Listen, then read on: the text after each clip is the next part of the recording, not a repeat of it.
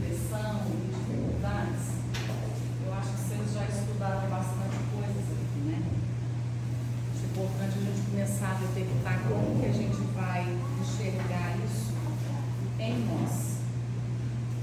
Então eu vou trazer para vocês aqui como que nós vamos detectar isso na nossa mente.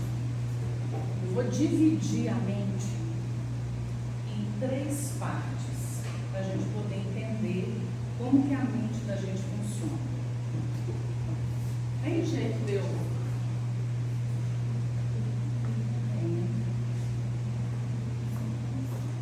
A primeira parte, nós vamos chamar ela de juiz. Vocês estão conseguindo enxergar aqui, gente? Então, o que está localizado nessa parte da nossa mente que nós vamos chamar de juiz? O juiz é aquele que julga, aquele que impõe a culpa. Quando o juiz conversa, ele fala assim: a culpa é sua. Se você tivesse feito daquela maneira, isso não vai acontecer, não. O juiz aponta o dedo. É nesse lugar aqui que está reservado as nossas certezas, aquilo que é certo, errado, bom, ruim. Nós não temos certeza de como é que a vida do outro tem que ser para a vida dele melhorar? Nem não tem. Isso é o juiz, porque na verdade a gente não sabe o real, mas a gente tem certeza como deveria ser. O juiz também, ele é representado pelo passado. Como assim, meu amor? Como é que você chama? Digamos que o Carlos foi um empresário e faliu, tá? Você não como é que você chama? E a Maria Fernanda agora, ela é empresária, tem uma empresa lá e começa a conversar com você e fala assim: sabe, está acontecendo assim, está acontecendo assado lá na empresa, e aquilo que ele está ouvindo remete àquilo que aconteceu com você. Você olha para ela e fala assim: você vai falir? Mas não é que você sabe exatamente o que está acontecendo lá, mas você projeta no futuro a partir daquilo que você já vivenciou. Entendeu o que eu falei aqui? Então, o juiz está representado pelo passado quando a gente fala um diagnóstico futuro, não a partir de um real, mas a partir daquilo que eu já vivenciei. Está comigo? 2 juízes conversando lá fora.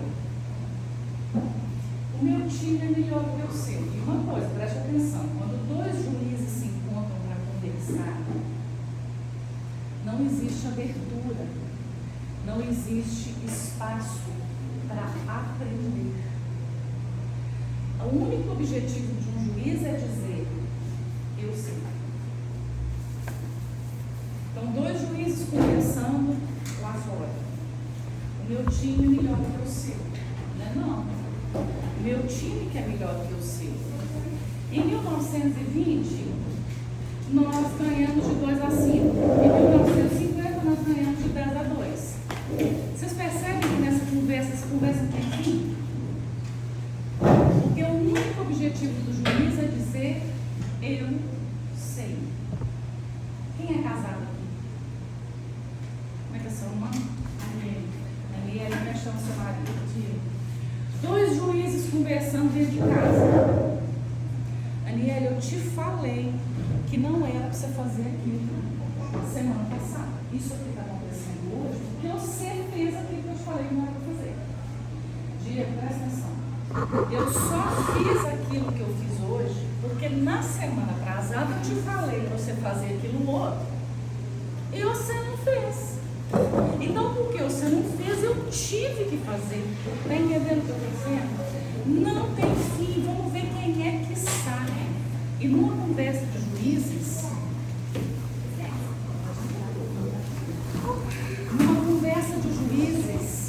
a conversa tem que acabar rápido.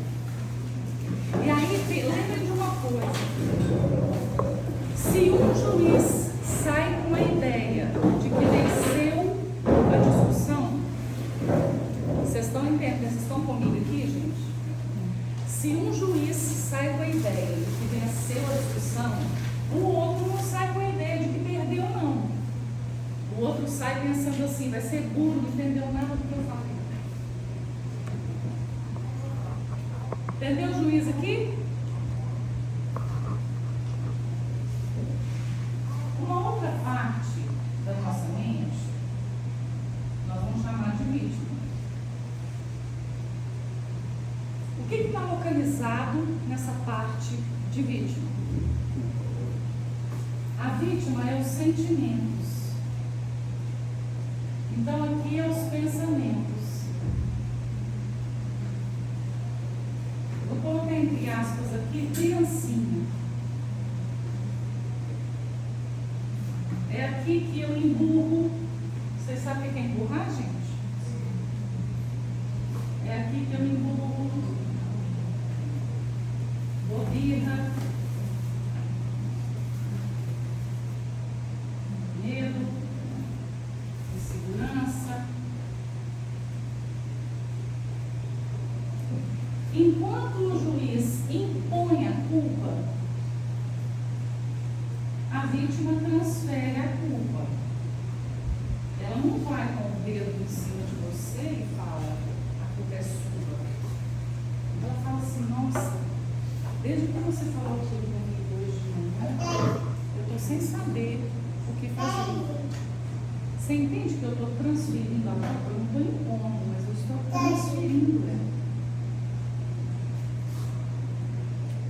A vítima representa o futuro. Como assim? Como a vítima é futuro, como a vítima é sentimento, quem aqui já ficou triste ao ponto de acordar de manhã? O sol está até bonito, o dia está bonito, mas a árvore está triste, o dia está triste, o céu está triste, o sol está triste. Aí sempre para tomar um café, o café está até fresco, o leite está fresco, o suco está fresco, mas o café está triste, a manteiga está triste, o leite está triste. Alguém já acordou assim? Quando a gente está assim, geralmente a gente quer estar dentro do quarto, debaixo da cama, uma cortina fechada, de preferência sem a companhia da gente. Mas digamos que eu te chamo, como é que você chama? Lorenza, é diferente. Digamos que eu te ligo e falo, Lorenza, nada, fica em não saco. Vem aqui para casa, deixa eu fazer para você um arroz com frango, você gosta? Você pode ir. O arroz está triste, o frango está triste, o suco está triste, a água está triste, está tudo triste.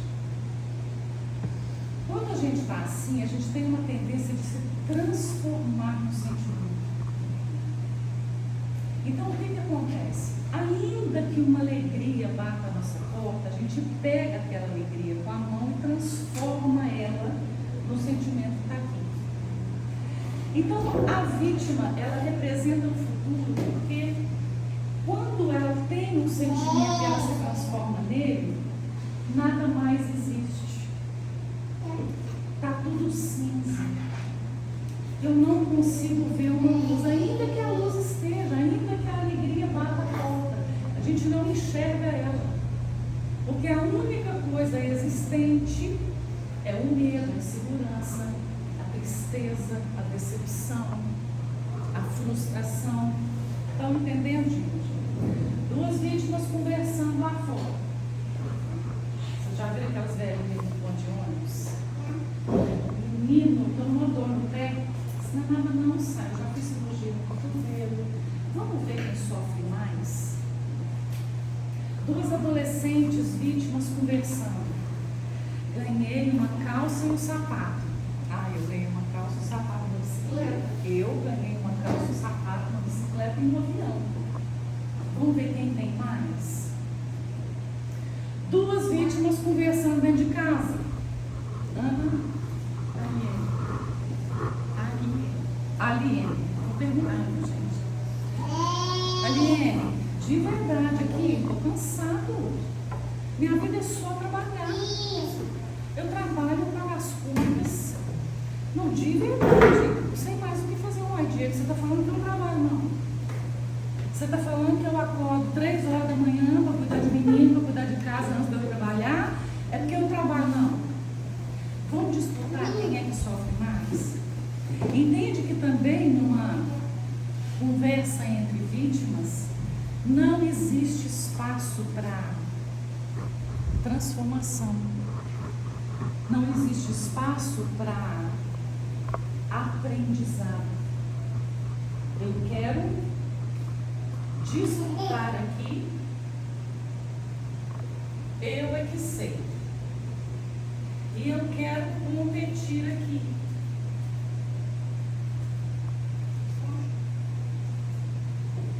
Eu é que tenho. Eu é que merecia. Tem fim não, gente. E aí o casamento perfeito é quando a vítima encontra um juiz. Todo mundo aqui consegue detectar a vítima e o juiz interno? Todos nós temos um predominante externo. Então, uma pessoa que externaliza a vítima com mais frequência é porque ela tem um juiz interno arrebentando com ela. Então, tem um juiz interno dizendo: você não vai dar conta, você não é suficiente, tudo que você fizer não vai dar certo. São crenças que às vezes a nossa criação, as pessoas falaram, traumas infantis, se cristalizaram lá no nosso consciente como verdades absolutas. Estão comigo aqui, gente? Uma pessoa que tem externalizado o juiz, ela tem uma vítima arrebentando com ela. Então o juiz não é aquele que impõe que sabe de tudo? Aquele que impõe que sabe de tudo, que tem resposta para tudo, tem solução para tudo, ele está escondendo uma criancinha insegura dentro dela.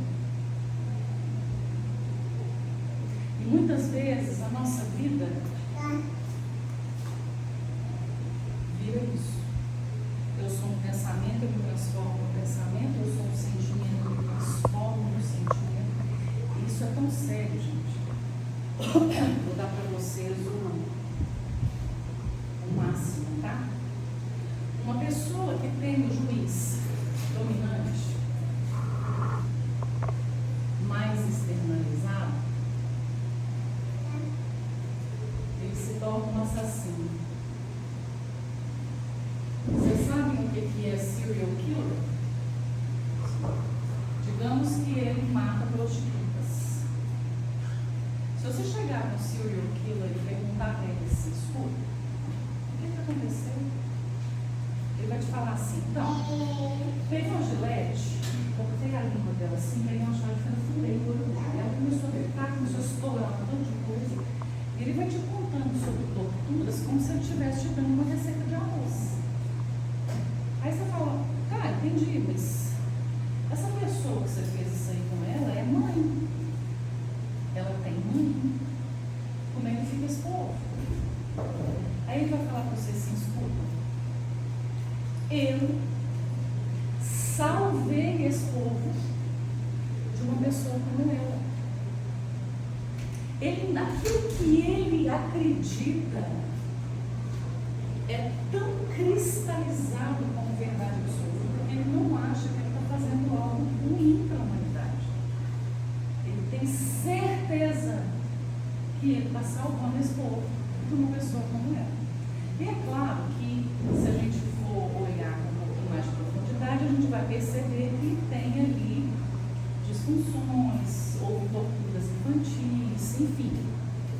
Mas o que eu quero trazer para vocês aqui é a seriedade da gente ter um juiz externalizado e rígido. Porque muitas vezes as pessoas que estão ao nosso lado, quem agendou você estar aqui, todo mundo junto? Tem gente que nem mora aqui em Divinópolis. Quem mora aqui, quem não mora aqui em Divinópolis? Quem não mora? Vocês foram pincelados para estarem aqui nessa classe com essas pessoas. Não houve agenda. Mas se a gente olhar com um pouquinho mais de distância, a gente vai percebendo que aquilo que você tem para entregar é o como você precisa para comer. Aquilo que você tem para entregar, eu como que ela precisa para comer. Só que isso lixa. Isso ajusta a gente. Então, muitas vezes, o que você vai dizer para ela vai espelhar para ela aquilo que ela precisa de mudar. Mas a rigidez é tão grande que ao invés de eu me abrir e parar para dizer, opa, peraí, será que sou eu que me estou vendo aqui? Eu começo a me justificar. Você está falando isso porque você é aquilo. Ao invés de parar para abrir. Está comigo aqui? Uma pessoa que tem a vítima mais externalizada do que o juiz,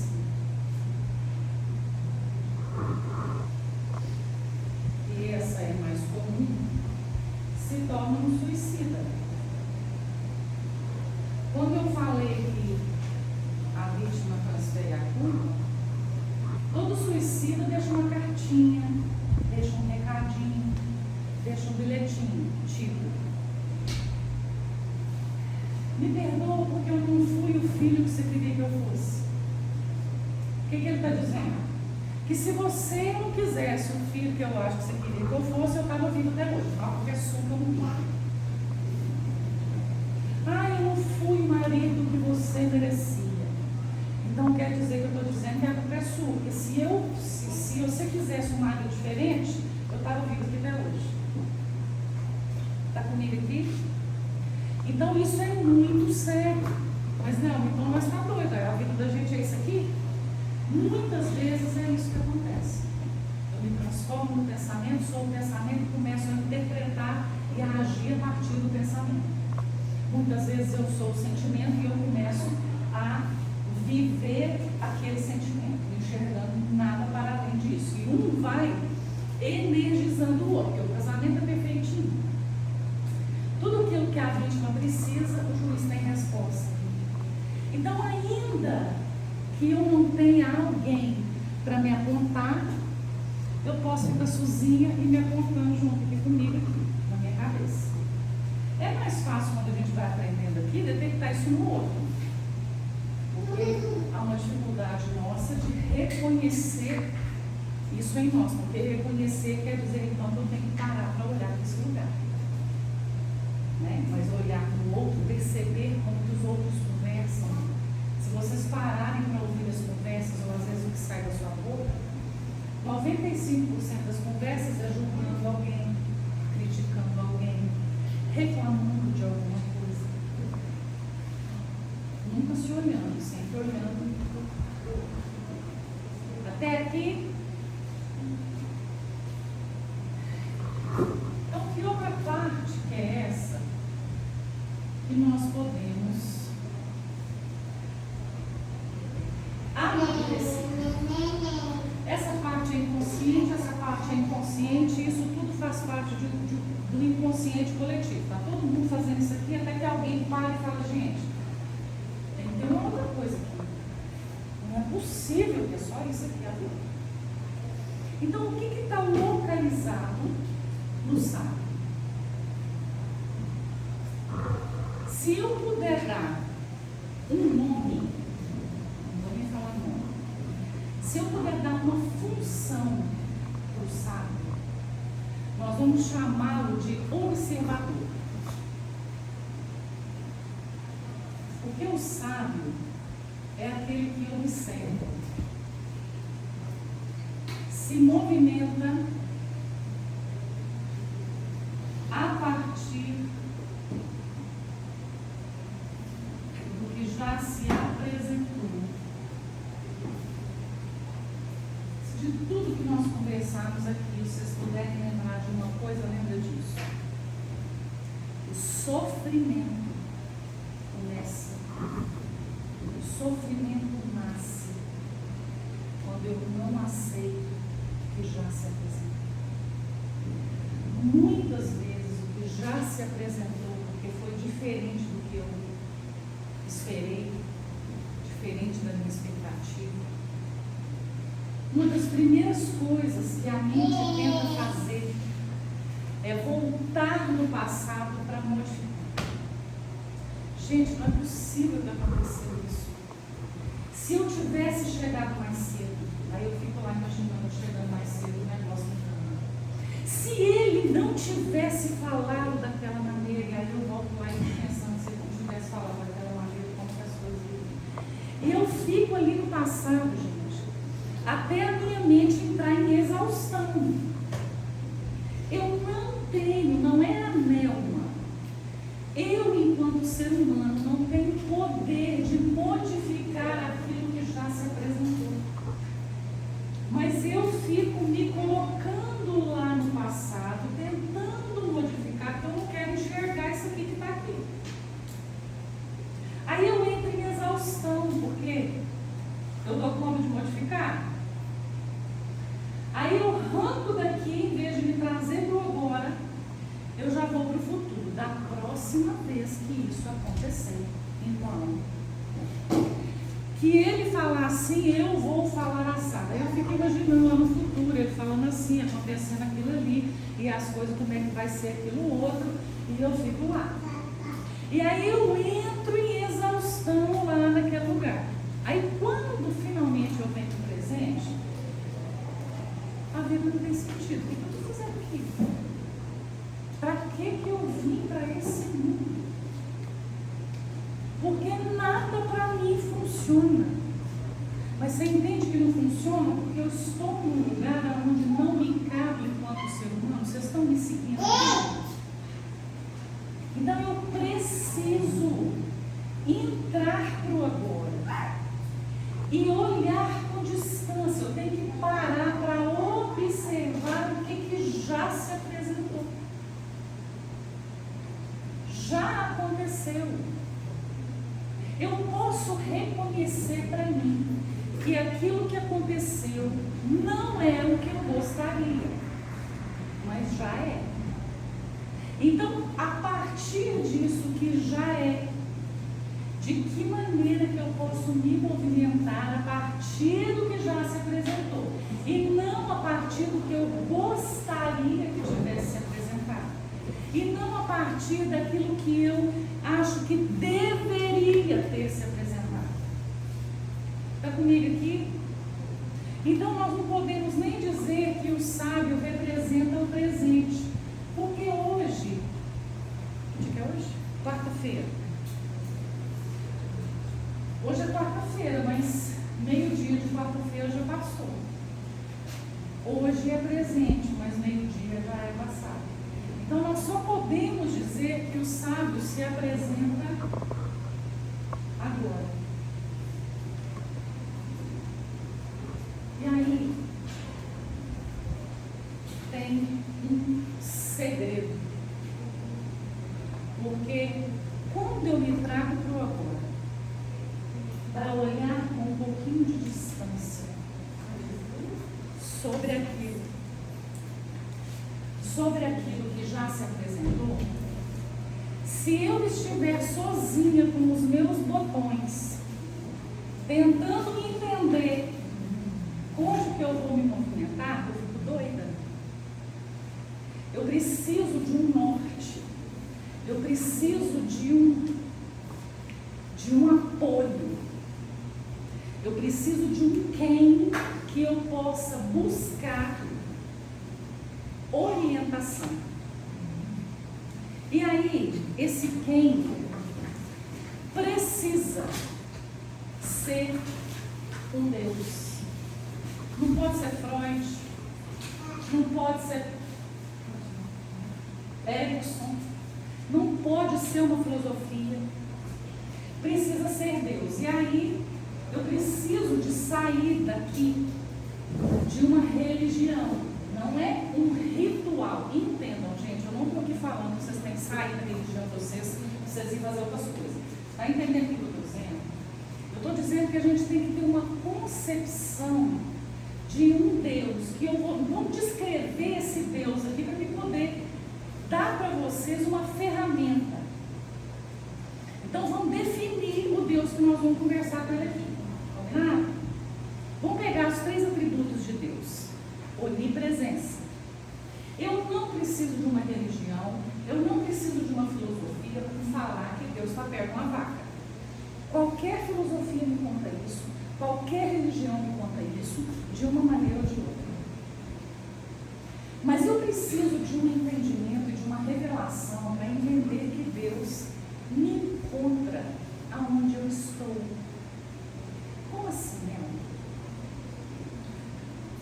Se eu chegar para você e falar assim, olha, eu tenho um amigo que mora nos Estados Unidos, e quem vai lá na mansão que ele mora lá, é o Roberto Carlos que estava ele quando ele janta. Você tem amigo que tem um colega nos Estados Unidos e quem canta para ele para jantar é o Roberto Carlos? Se você escuta uma história da qual você nunca experimentou, você fala, tá, mansão Roberto Carlos, amigo, Nova York, ponto. Mas se eu te falo assim, sabe, teve noites que eu acordei na minha vida, porque de verdade eu achei que eu não ia dar conta. Será que tudo tinha que acontecer ao mesmo tempo? Será que existia mesmo paz nesse mundo? Ou era eu que era burra, que não estava entendendo aonde que eu tinha que fazer, o que eu tinha que escolher, o que está acontecendo? Você entende o que eu estou falando, entende? Quase que você pega e abraça. Mas não é porque você sabe exatamente o que a Nelma estava passando naquela noite que ela acordou. Mas você consegue entender pelas noites que você acordou questionando sua própria vida. Então perceba que o mundo fica sendo um hospital mental. Ou sua vaca, a vaca é sua mãe, não é sua avó, não é sua tia. Mas se a gente parar para observar essa conversa da vaca, um pouquinho mais de distância, para eu te chamar de vaca com autoridade, eu tenho que ter sido uma vaca ou ser uma vaca. Porque eu não dou conta de falar daquilo que eu nunca experimentei. Estão me seguindo aqui, gente? Só que a minha definição de vaca é diferente da sua. Não interessa se eu tenho convivido com você, porque daqui para dentro a única pessoa que te encontra é esse Deus ali presente. Nem a sua mãe que te pariu tem noção do que é acordar no outro dia e ter que dar conta do seu dia. Você pode pelejar para explicar.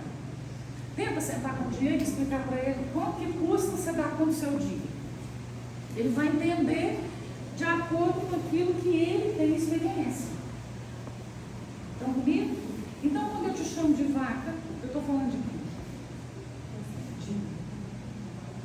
Mas eu não consigo ter essa percepção se eu estou aqui ou se eu estou aqui. Porque se eu estou aqui, eu falo, vaca é sua mãe. Se eu estou aqui, eu falo, quem é que você pensa que você é? Você não sabe o que eu passei na minha vida. Estão comigo aqui? Entenderam a onipresença?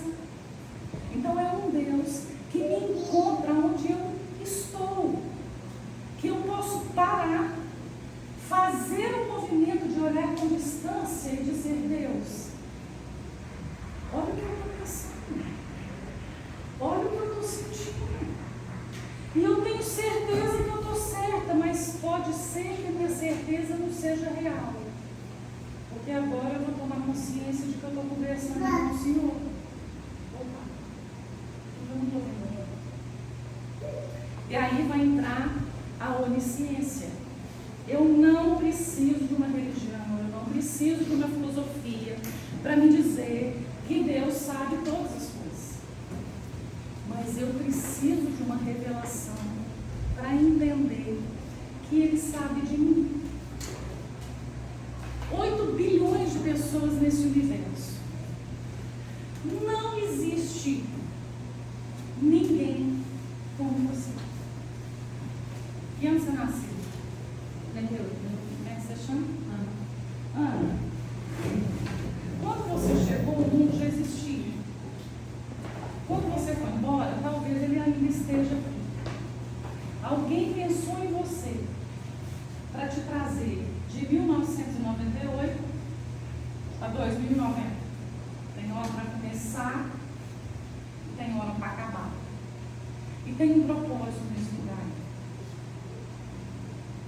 E os cabeção fica aqui tentando direcionar o outro e a tentar adivinhar qual que é a nossa caminhada.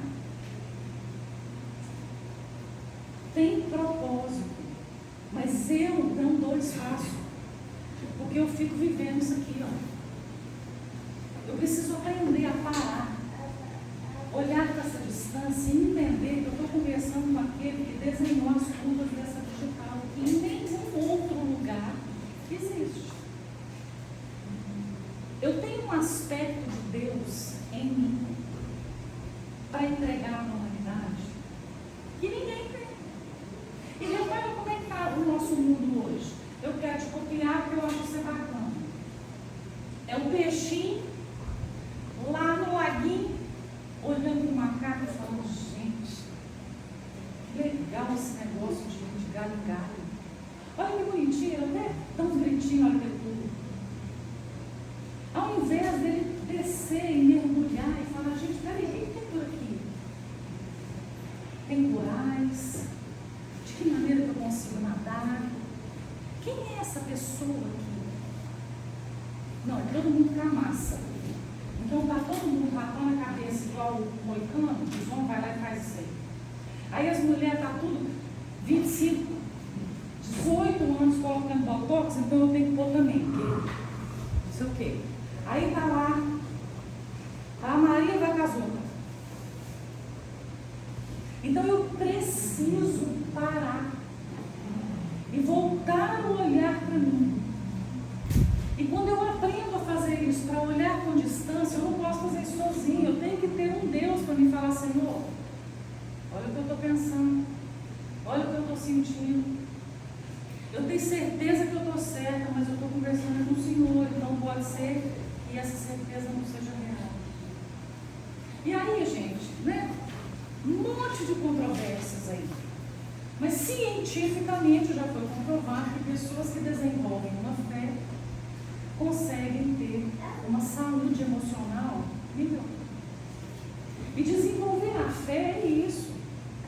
É você parar de se dar suporte para aquilo que você acha que é o certo. Para aquilo que o outro te aponta e fala para você que é o certo. Mas aí se você vai buscar em um Deus, você dá um espaço para as cristalizações que já ficaram lá no seu inconsciente como verdade absoluta.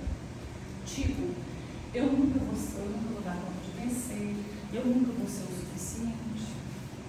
Eu abro um espaço. O que eu faço aqui, Deus? Então, aquele que me encontra onde eu estou, aquele que sabe quem eu sou, me leva para aquele que pode fazer aquilo que nem eu, nem ninguém pode fazer. Que é, então, o onipotente. Só Deus pode fazer a transformação interna, que nem eu, nem ninguém pode fazer. Mas eu preciso estar disposta a voltar esse olhar e abrir para entregar. Estão comigo aqui? Então, aqui, ó, somente aqui eu encontro o Deus real. Como assim, Leona? Todo mundo aqui tem concepção de Deus? Tem ou não tem, gente? Muitas vezes a gente conversa com Deus a partir desse lugar. Se eu converso com Deus a partir do juiz, Deus é quem? Um garçom. Porque quem é que sabe quanto a minha vida tem que fazer para melhorar? Eu, não é não? Então eu chego para Deus e falo, Deus, conserta o dinheiro para mim. Aqui, arruma aqui trabalho para mim. Se pelo menos assim acontecesse, então não vai dar certo. E muitas vezes, gente, na religião, a gente vai lá para a religião não para conhecer a vontade desse soberano que nos criou e nos trouxe aqui para a terra num determinado período.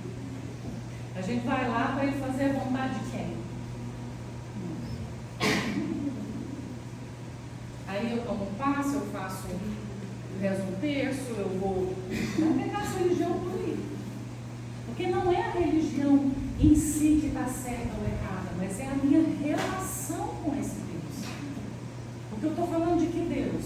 Um Deus que eu tenho que convencer de que eu estou certa? Ou um Deus que eu tenho que convencer que eu estou morrendo de sofrer e ele tem que ter dó de mim? comigo aqui? Deu para vocês entenderem o que eu disse? Conversa comigo, gente. Sim. Eu quero fazer uma dinâmica aqui, só para me fechar explicando isso para vocês.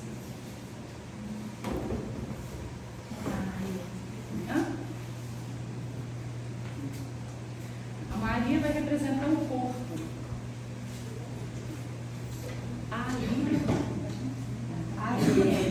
Ariel. Até o final dessa aula, eu vou aprender. A Ariel vai representar o pensamento e o sentimento. Então, presta atenção. Corpo, alma. Eu vou representar o espírito do homem. Combinado?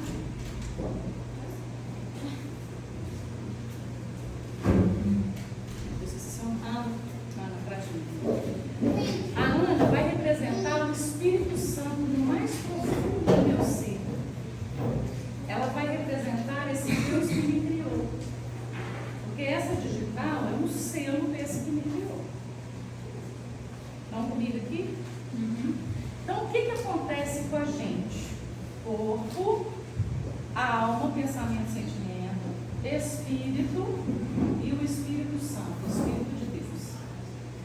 Aí, quando a gente está ali rodando no inconsciente coletivo, sendo pensamento, sendo sentimento, a decisão está no espírito do homem. Então ele está meio doente, ele está meio colado aqui na alma, você quer? Aí começa uma fomentação aqui de pensamento, uma fomentação de sentimento. Quem aqui já arrumou casa com raiva? A nossa mente tem o poder de, nosso corpo tem o poder de projetar a nossa mente. Então, quando eu vou lá lavando roupa e arrumando casa de raiva, a gente nem enxerga o rodapé. A gente pega o trem e limpa, lá é a raiva. Você acabou de arrumar, está tudo limpinho, limpou até o rejunte com o bombril, mas não lembra nem como é que entrou lá no quarto. Então, a gente se transformou no sentimento. Então eu estou aqui coladinha, começa uma fomentação aqui. Olha que o pensamento vem demais, o sentimento vem demais, o corpo ele tem que se movimentar, ele começa a se projetar nisso que o pensamento está fazendo, nisso que o sentimento está fazendo. Você vai repetir aqui, tá? Começa a movimentar um pouco na garganta. Aí o corpo começa a ir lá, porque vamos falar assim, o corpo aqui está com raiva. Aí começa a movimentar, arrumando a casa, que agonia, nem pensa, né? Então aqui. Está tudo colado aqui, um na hora do outro, sem se perceber, sem se olhar, sem se ver. E aí, a hora que já está ficando, a hora que está ficando quase doida da cabeça, porque a culpa é de todas as pessoas, está aqui. O espírito cata na alma, que cata no corpo e fala: Deus, olha aqui. Fulano está fazendo isso aqui, aquela situação, isso aqui, cadê você? E a gente fica então buscando esse Deus fora a partir das nossas disfunções. Entendeu o que eu estou falando aqui? Então agora vamos aprender uma nova maneira de agir, porque isso aqui é reagir. Vá com a sua mãe. Agora vamos agir. Começa uma fomentação aqui de pensamento, uma fomentação aqui de sentimento. O corpinho já começa a mexer porque precisa de projetar o que está aqui, porque está muito. Quando eu paro para observar isso aqui, antes de eu falar, eu quero falar uma coisa para vocês. Fizeram um estudo nos Estados Unidos que nós temos em média 18 mil pensamentos por dia. Tem jeito de monitorar 18 mil pensamentos por dia? Não tem. Mas tem um momento do dia que eu estou mais sem paciência, não tem? E eu percebo. Tem um momento do dia que eu estou mais nervosa, não tem? Eu percebo. Tem um momento do dia que eu estou mais angustiada. Só qual é o nosso normal, o nosso natural enquanto ser humano? Quando o sentimento aflora e eu percebo que eu estou mais sem paciência, a mente imediatamente vai lá caçar o culpado. Claro que eu estou sem paciência. O Diego não trouxe os papéis para mim. O Diego não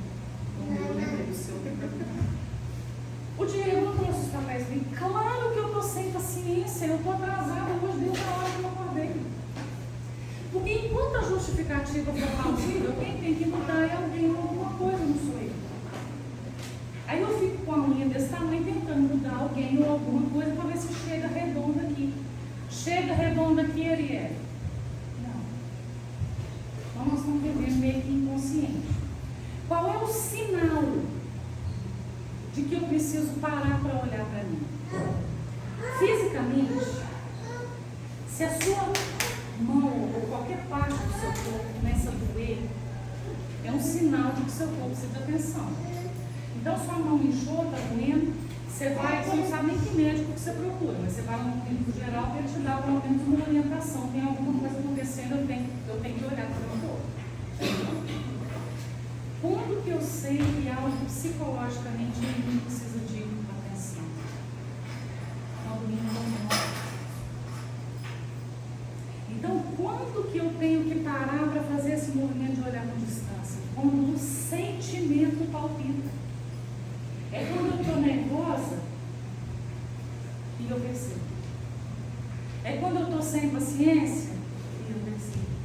É ali que eu paro e falo, Deus. Aí, ao invés de eu catar aqui e lá, eu paro e falo, Deus, olha ali o que eu estou pensando. Olha ali o que eu estou sentindo. E ó, que já aconteceu isso aqui. Eu tenho certeza que não é para ser assim, que a culpa é da Wanda. Mas pode ser que eu não seja certo, pode ser que isso que eu estou pensando não seja real. O que eu estou vendo?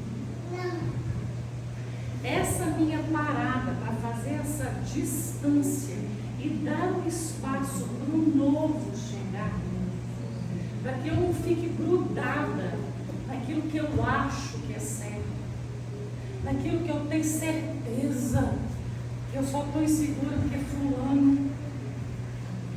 Essa abertura vai fazer toda a diferença na minha vida. Toda, não é? Toda. Mas eu preciso me propor isso. Porque às vezes, pode sentar, às vezes a gente está tão rígido naquilo que a gente acha que deveria ser, naquilo que a gente gostaria que fosse, que a gente não para olhar com distância e perceber, opa, pode ser que não seja isso. E vocês entenderam quando eu falo que é um segredo? Porque eu não posso fazer esse movimento de olhar com distância baseado naquilo que eu sei, ou baseado naquilo que Freud sabe. Porque em algum momento isso vai se perder. E entendam, gente, não estou falando para vocês, vocês estudarem sobre Freud e vão jogar o Freud fora. Para com isso, não foi isso que eu falei, não. Mas eu preciso de dar esse espaço entre aquilo que eu acho. E eu estou falando de Freud porque Freud é uma pessoa que também tinha juizilismo. Então eu preciso de buscar nesse lugar onde eu paro para observar em alguém que é para além de ser humano. Com essa concepção de que é alguém que me conhece, que sabe por que o meu cabelo veio cacheado e não veio liso, que sabe por que eu vim branquinha e não vim pelo menos com uma corzinha. Entende? Porque se a gente for pensar na gente, a gente entra lá no espelho, a gente tem um tempo para consertar. Ao invés de parar e falar assim, não, peraí, como que eu posso aceitar essa pessoa?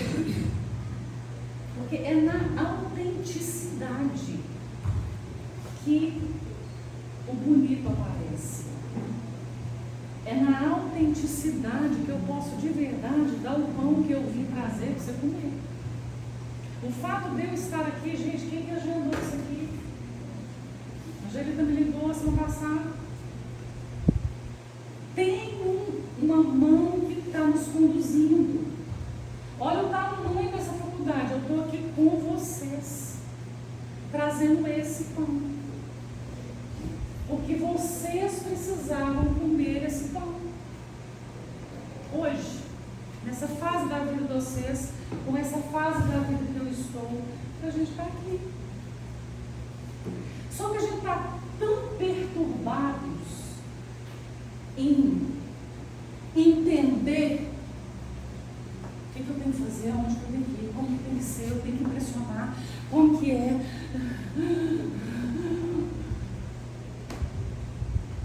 E aí, a hora que eu assusto, a vida perdeu o sentido.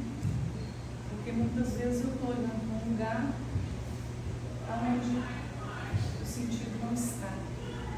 E eu fico descrevendo isso de maneira errônea, entende? Não é como Ana, não é como Ariela, é como ser humano. Enquanto ser humano, eu não consigo modificar o que já foi, eu não consigo prever o que está por vir. Eu só consigo me movimentar a partir do que já se apresentou. Muitas vezes eu estou usando esse momento, que é o único que eu posso fazer uma transformação real, só para viver o momento seguinte. Deu para entender, gente? Alguma pergunta? Alguma dúvida? Aqui. Aproveitem. Eu sei que o que a gente conversou aqui é muito profundo, né? É pão para digerir, tem que ir. Mas eu estou disponível, tá? Vou deixar com a Angelita alguns cartões, se vocês quiserem perguntar alguma coisa. Olha, né? Depois daquele dia lá, eu fiquei meio na cabeça, pensando assim, se eu podia dar uma orientação.